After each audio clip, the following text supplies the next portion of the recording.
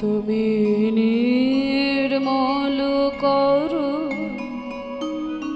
মঙ্গল করে মলিন মর্ম মুছাই। তুমি নির্মল করো মঙ্গল করে মলিন মর্ম মুছাই। তব পুণ্য কিরণ দিয়ে যাক মোর মোহ কালিমা ঘুচাই মলিন মর্ম মুছাই।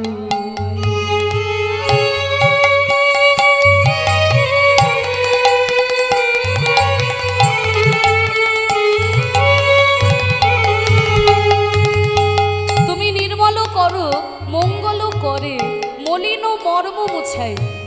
এই গানটি আমাদের সবার শোনা, ছোটবেলা থেকে শুনে শুনে বড় হয়েছে, কিন্তু গানের কথাগুলো আমরা বুঝে উঠতে পারি না। আপনাদের বাংলাদেশে বড় ভালো লাগে যে সব কিছুই বাংলাতে। আমাদের ভারতবর্ষে পশ্চিমবঙ্গে বাবা যতই বলুন বাংলা, আমাদের ওখানে ছোট ছোট বাচ্চারা ইংরাজি কথার মানে জানে, বাংলা কথার মানে জানে না। আপনাদের এখানেও কি দশা এমনই? না, তাও ভালো, হরিবল হরিবল। ওই জন্য ভালো লাগে যে সবাই আপনারা বাংলা ভাষাটাকে যতটা বাংলাদেশের মানুষ ভালোবাসেন, অন্য কোথাও বাঙালিরা বাংলা ভাষাকে এতটা ভালোবাসে বলে আমার মনে হয় না। আপনারা যতটা বাংলা ভাষাকে ভালোবাসেন, কিন্তু তবু কিছু কিছু শব্দ সংস্কৃত থেকে যেগুলো বাংলায় এসেছে সেগুলো অনেক সময় আমাদের বুঝতে কষ্ট হয়, কারণ সাহিত্যের বাংলা আর প্রচলিত বাংলার মধ্যে একটু পার্থক্য থেকে যায়। আমি একটু সহজ করে বুঝিয়ে দিই। বলছে তুমি নির্মল করো, নির্মল মানে পরিষ্কার করা। নির্মল করো, তুমি পরিষ্কার করবে। মঙ্গল করে, কর মানে হাত, কর মানে হাত। তাহলে তোমার মঙ্গলময় হাত দিয়ে তুমি পরিষ্কার করবে। কি পরিষ্কার করবে না? মলিন ও মর্ম মুছাই। মলিন মানে ময়লা, মর্ম মানে অন্তর। আমার এই ময়লা মনটাকে, আমার এই ময়লা অন্তরটাকে তুমি তোমার নিজের হাতে পরিষ্কার করে দাও প্রভু। তোমার মঙ্গলময় হাত দিয়ে তুমি নিজে আমার এই ময়লা মনকে পরিষ্কার করে দাও। তুমি নির্মল করো মঙ্গল করে মলিন মর্ম মুছায়। তব পুণ্য কিরণে দিয়ে যাক মোর মোহ কালিমা ঘুচায়। দেখবে সকালবেলায় সূর্য ওঠার আগেই কিন্তু চারিদিকটা আলো হয়ে যায়। তা সকালবেলায় সূর্য ওঠার আগে যেমন চারিদিকটা আলো হয়ে যায়, ঠিক তেমনি প্রভু তুমি আমার হৃদয় আকাশে উদিত হওয়ার আগে যেন আমার হৃদয় থেকে অজ্ঞানতার অন্ধকার দূরীভূত হয়ে যায়। হরিবল হরিবল।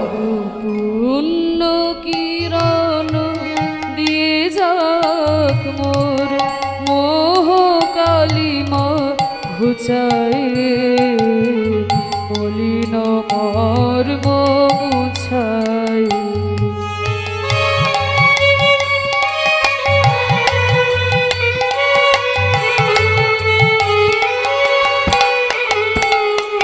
ভগবান বললেন বাহ, এতদিন আমাকে মনে ছিল না।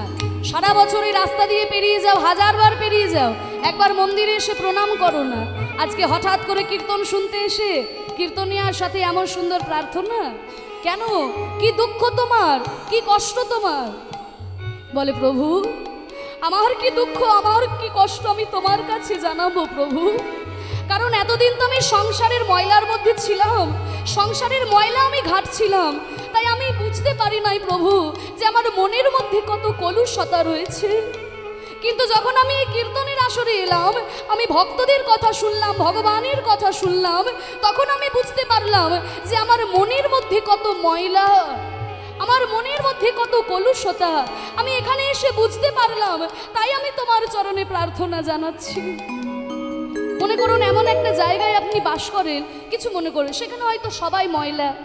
এবার আপনিও যদি ময়লা হয়ে থাকেন আপনার কিছুই মনে হবে না, কিন্তু হয়তো এমন একটা জায়গায় গিয়ে আপনি পড়েছেন সেখানে সবাই পরিষ্কার পরিচ্ছন্ন, আর আপনি যদি একা ময়লা হয়ে দাঁড়িয়ে থাকেন তাহলে নিজেকে কেমন একটা ঘিন ঘিন করবেন না যে ছি ছি ছি ছি, এখানে সবাই কত পরিষ্কার পরিচ্ছন্ন আর আমি দেখো কেমন একটা ময়লা জামা কাপড় পরে এ কেমন নোংরা হয়ে এখানে এসে দাঁড়ালাম গো।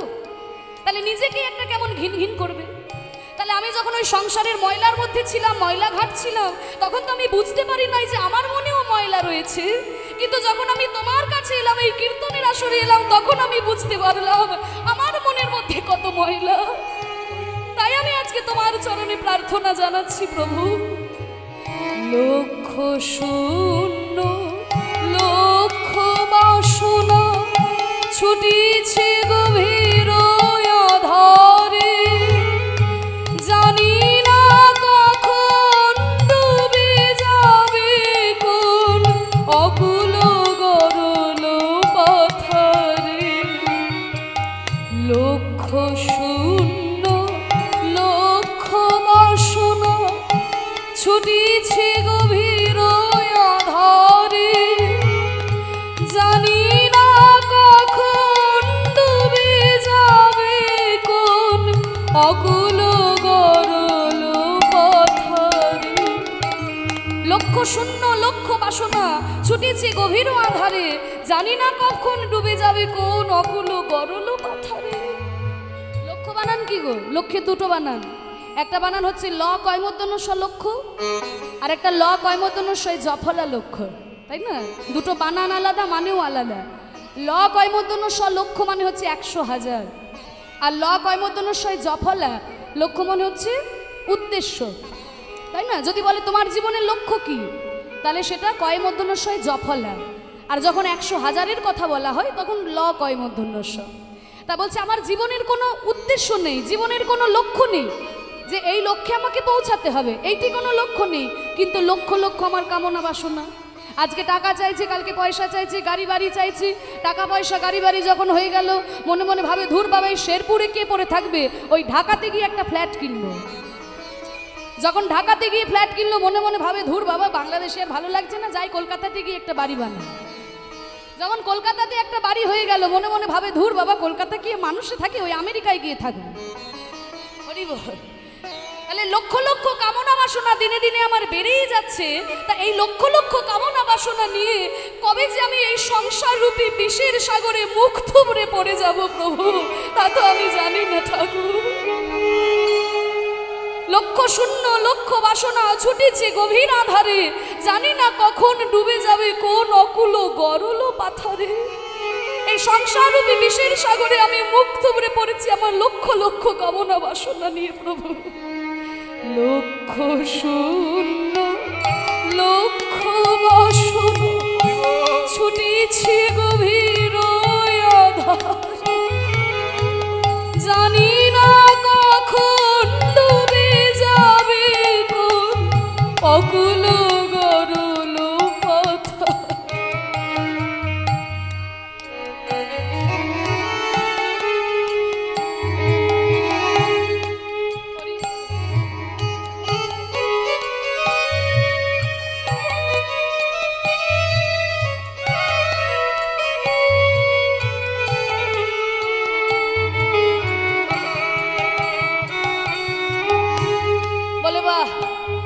তোমার লক্ষ লক্ষ কামনা বাসনা নিয়ে তুমি এই সংসার বিষের সাগরে মুখ থুবড়ে পড়েছো, তাহলে আমাকে কি করতে বলো? আমি কি করব বাবা? বলে প্রভু তুমি যদি না করো তবে আমাকে উদ্ধার করবে কে? প্রভু বিশ্ব বিপদ হন্ত, তুমি দাঁড়াও রুধিয়া পন্থা। প্রভু প্রভু বিশ্ব বিপদ হন্তা, তুমি দাঁড়াও রুধিয়া পন্থা। আমি শুনেছি তুমি নাকি জগতের পিতা, তুমি নাকি বিশ্বের পিতা। তাহলে তুমি যদি জগতের পিতা হও তাহলে তো তুমি আমারও পিতা। তাহলে আমি তো সংসাররূপী সাগরে ডুবে মরেছি। গরিব মনে করুন কোনো বাচ্চা ছেলে সাঁতার জানে না, জলে নেমে পড়েছে। তা দূর থেকে দাঁড়িয়ে নানানজন নানান কথা বলবে, এই ছেলে, কেউ কে বলবে এই ছেলে সাঁতার জানিস না তো জলে নেমেছিস কেন? কেউ কে বলবে ছেড়ে দাও ছেড়ে দাও, পরের ছেলে পরম আনন্দ, যত উচ্ছন্নে যাবে ততই আনন্দ। তাহলে নানানজন নানান কথা বলবে, কিন্তু মা গো এমন সময় ছেলেটির বাবা যদি রাস্তা দিয়ে পেরিয়ে যায়, সে কি কথা বলতে পারবে যে সাঁতার জানিস না তো জলে নেমেছিস কেন? তাহলে বাবা কি করবে? প্রাণপণ চেষ্টা করে জলে নেমে তার সন্তানকে জল থেকে তুলে নিয়ে আসবে। প্রভু তুমি তো জগতের পিতা, তুমি তো বিশ্বের পিতা। প্রভু আমি এই সংসার রূপে বিষের সাগরে মুখ থুবড়ে পড়েছি। তুমি যদি আমাকে উদ্ধার না করো তবে আমাকে কে উদ্ধার করবে? প্রভু বিশ্ব বিপদ তুমি দাঁড়াও রুধিয়া পন্থা তব শ্রীচরণ তলে নিঃসম মত্ত বাসনা ঘুচাই মলিন মর্ম মুছাই।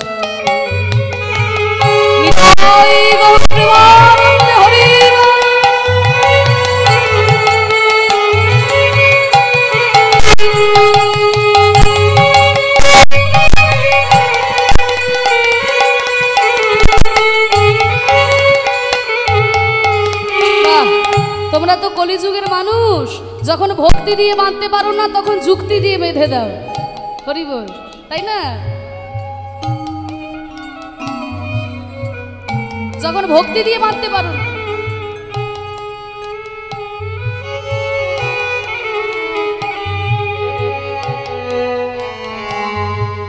তাহলে বেদান্ত দর্শনে আমি বলেছি আমি সবার পিতা, সবাই আমার সন্তান। তা ঠিক আছে, আমি না হয় পিতা, তোমরা আমার সন্তান। তাহলে আমাকে যখন পিতা বলছো, পিতার খোঁজ খবর রেখেছো তো? আমি কোথায় থাকি জানো? বলে সব জানি। কোথায় থাকো? আমি সব খবর রেখেছি। নীলে চিরনভ নীলে ভূধর সলিলে গহনে আছো বিটো বিলাতায় জলদের গায় শশীতর কায় তপন।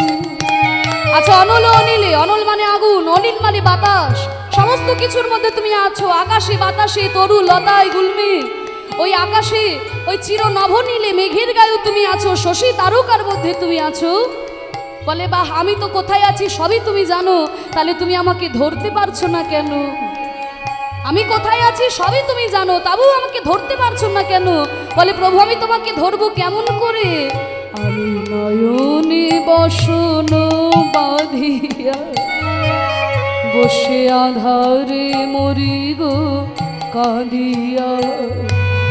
আমার চারপাশে আমি যা কিছু দেখতে পাচ্ছি, যা কিছু অনুভব করছি, সমস্ত কিছুর মধ্যে তুমি রয়েছো, কিন্তু তবু আমি তোমাকে ধরতে পারছি না কেন জানো? কারণ আমার চোখে যে অজ্ঞানতার ময়লা গামছা বাঁধা, অজ্ঞানতার ময়লা গামছা আমার চোখে বাঁধা। তা যদি কারোর চোখে ময়লা গামছা বাঁধা থাকে, সে কি পরিষ্কার দেখতে পাবে? একটু ছোট্ট ঘটনা বলে অংশটা শেষ করছি, পরবর্তী সম্প্রদায় তারাও এসেছে। একজন ব্রাহ্মণ ঠাকুরমশাই খুব শিব ঠাকুরের ভক্ত, দিনরাত শিবের পুজো ছাড়া আর কারোর পুজো করে না, বুঝেছেন? তা ওই ঠাকুরমশাই সারা বছর তার ভিক্ষা করে দিন যায়, ভিক্ষা করে তার দিন কাটে। একদিনকে মা পার্বতী শিব ঠাকুরকে বলছে, স্বামী, এই ভিখারি আপনার এত ভক্ত, আপনার পুজো ছাড়া তো আর কারোর পুজো করে না, তাই ঠাকুরমশাই এত দরিদ্রতা, তা আপনি তো কিছু দিয়ে দিতে পারেন, আর কিছু হোক না হোক অন্তত 10 কেজি সোনা দিয়ে দিতে পারেন। হরি বল, কি বলে? 10 কেজি সোনা দিলেই তো ঝামেলা মিটে যাবে। 10 কেজি সোনা মানে বুঝতেই পারছে, এখন তো 10 গ্রামেই মনে আপনাদের কত চলছে, 80 না 90 হাজার নাকি 1 লাখ হয়ে গেছে। তাহলে 10 কেজি সোনা মানে বুঝতে পারছেন কত হবে, হিসাব করুন। তাহলে 10 কেজি সোনা দিলেই ঝামেলা মিটে যাবে। তখন পার্বতীর কথা শুনে শিব ঠাকুর বলছে, শোনো পার্বতী, ওকে দিলেও যে ওর কপালে সইবে না। বলে এই তো, না দিয়ে বলছে সইবে না, আগে দিয়ে তো দেখুন। বলে ঠিক আছে, আপনি যদি না দেন তাহলে আমিই দেব।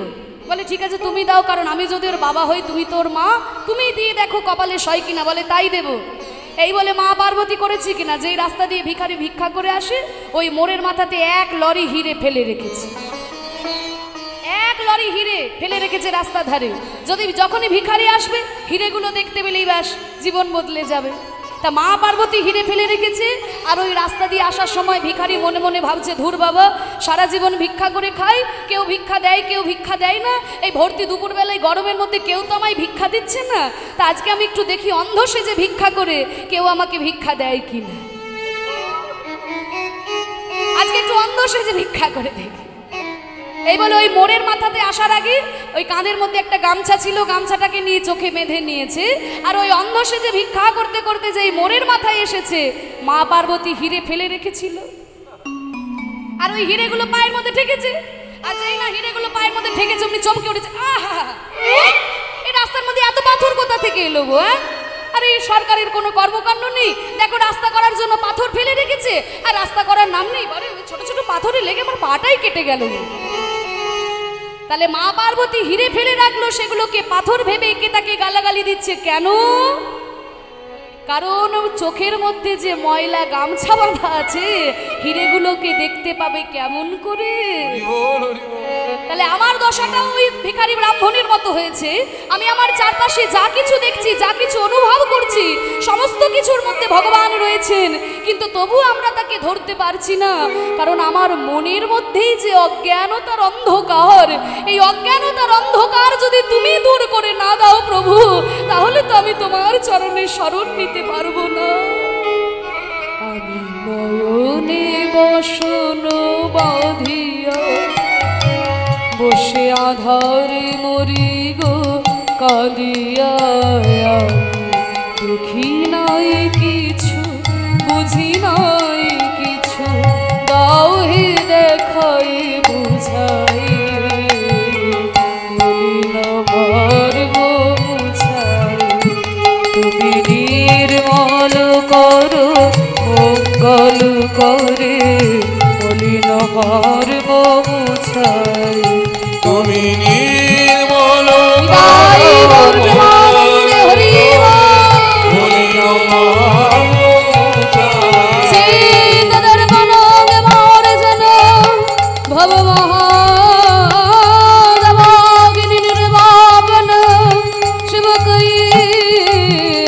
चंद्रिका वितरण विद्याबोधु जीवन आनंदम बुद्धिवर्धन प्रतिपादं पूर्णामित स्वादन सर्वतमा सबरंग परंग विजयते कृष्ण संकीर्तन।